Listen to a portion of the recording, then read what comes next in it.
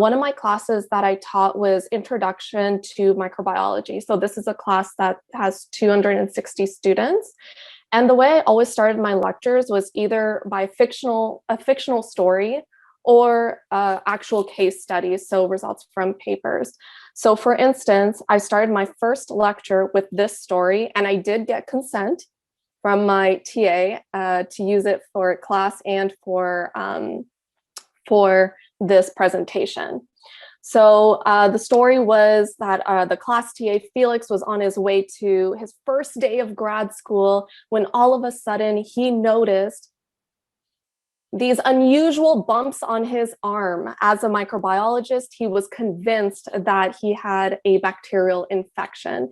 And based on, yes, so he had a bacterial infection, though he was not sure which bacterium.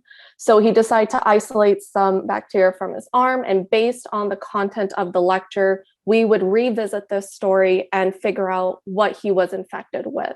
So we used polling throughout the lecture, and then this is one of the last polling questions. And basically, it's a word cloud where the students would have to tell me what or describe the colony, the bacterial colony that they see using the appropriate terminology.